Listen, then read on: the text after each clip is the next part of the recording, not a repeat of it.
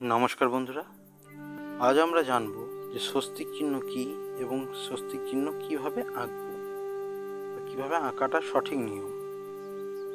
তো স্বস্তিক চিহ্ন হলো হিন্দু ধর্মের একটি প্রাচীন ধর্মীয় ও সাংস্কৃতিক প্রতীক। এটি বিভিন্ন ধর্মে ও সংস্কৃতিতে ভিন্ন অর্থে ব্যবহৃত হয়। হিন্দু সনাতন ধর্মে স্বস্তিককে শুভ এবং সৌভাগ্যের প্রতীক হিসাবে বিবেচনা করা হয়। স্বস্তিক ডানমুখী অর্থাৎ ঘড়ি কাঁটার দিকে দেখা যায়। এটি সূর্য, সমৃদ্ধি ও সৌভাগ্যের প্রতীক। জৈন ধর্মের স্বস্তিক যৌন পতাকার অংশ এবং আধ্যাত্মিক শিক্ষক এবং ত্রাণকর্তা হিসেবে পরিচিত। বৌদ্ধ ধর্মে এটি বুদ্ধের শুভ পদচিহ্নের প্রতীক হিসাবে বিবেচিত করা হয়। তো স্বস্তিক চিহ্নটা কি আমরা সেটা জানলাম। এবারে আমরা জানবো বা শিখব স্বস্তিক চিহ্ন আঁকার সঠিক নিয়ম বা সঠিক পদ্ধতি কোনটা। চলুন দেখি। অনেক জায়গায় দেখেছি যে স্বস্তিক চিহ্ন প্রথমে আঁকার জন্য প্রথমে একটা দাগ, তার উপর বরাবর একটা দাগ টেনে এইভাবেই এঁকে দেয়।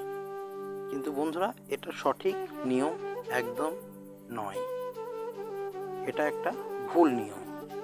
ঠিক আছে, পরবর্তীতে দেখি যে এইভাবে অনেকজন আঁকে, এটাও কিন্তু সঠিক নিয়মের মধ্যে পড়ছে না, এটাও ভুল। তো আমরা আজকে দেখব যে সঠিক নিয়ম কোনটা স্বস্তিক চিহ্ন আঁকার।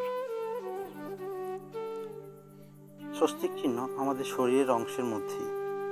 প্রথমে আমরা শরীরের মধ্যভাগ অর্থাৎ ব্রহ্মকে পয়েন্ট করে নিলাম, বিন্দু করে। তারপর আমরা ধর্মটাকে বাইরে থেকে ভিতর দিকে নিয়ে আসবো। তারপর নিয়ে আসবো অর্থ, তারপর নিয়ে আসবো কাম, তারপর নিয়ে আসবো মোক্ষ, মিডিল পয়েন্টে।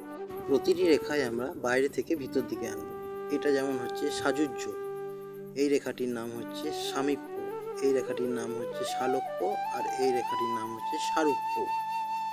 এই রেখাটি হচ্ছে মন, এটা হচ্ছে বুদ্ধি, এটা হচ্ছে অহংকার, এটা হচ্ছে চিত্ত, এটা হচ্ছে সমর্পণ, এটা হচ্ছে প্রেম, এটা হচ্ছে শ্রদ্ধা এবং এটা হচ্ছে বিশ্বাস। এটা হয়ে গেল আমাদের সঠিক নিয়মে একটা স্বস্তিক চিহ্ন আঁকা। সকলকে অসংখ্য ধন্যবাদ। সবাই ভালো থাকবেন এবং সুস্থ থাকবেন।